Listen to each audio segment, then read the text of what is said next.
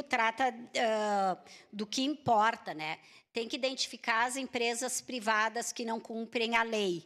Isso é uma da... Caxias é uma das cidades que tem cumprimento da lei acima da média nacional. Isso é bom, né? Eu acho que pelo Ministério do Trabalho tem uma cobrança quase que diária, né? A gente acompanha o trabalho da doutora Denise Brambila, que está se aposentando, se eu não me engano, acho que é o último ano dela, e ela quer deixar esse legado de ainda aumentar a média. Então, isso é uma função, isso é obrigação. Eu lembro de um debate que a empresa falou assim, tá, mas quanto tempo eu tenho para me adequar? E ela disse, olha, a lei é de 1943, então o quanto antes tu se adequar, melhor. Porque não é de hoje, né, essa lei. Então, nós precisamos ainda que muitas empresas cumpram isso, e é bom para a empresa. Esses debates são bons porque a empresa precisa saber que ela, tendo um jovem aprendiz, também é um investimento, porque depois ela pode contratar ele como trabalhador. Eu lembro, naquele debate aqui, eu lembro muito bem da participação de vários vereadores, o vereador D'Ambrosio também participa desse debate, mas eu lembro que eu e a vereadora Marisol fizemos uma moção para aprovar aqui com todo mundo, e foi por unanimidade.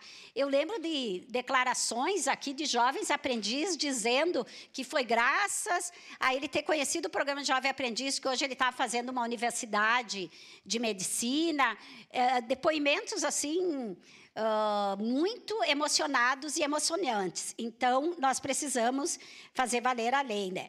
A seleção dos candidatos para participação, com depois, posterior formalização de emprego junto ao setor privado, a questão de parcerias com as empresas e o poder público, claro que tem que ter termos de compromisso, enfim, o desenvolvimento do plano pedagógico pela entidade de formação técnico-profissional, porque são 3 entes envolvidos nesse programa, a definição das repartições públicas dos participantes. E essa emenda inclui, então, a formação para monitores que trabalharão no programa.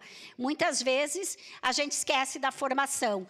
Então, seria uma das diretrizes do programa também que as pessoas que trabalham, que coordenam, que organizam o próprio GT, que o vereador Daniel Santos diz que já existe, e eu não entendo por quê, eu não conheço, e o pessoal que está trabalhando com isso não conhece, porque pediu para incluir na lei.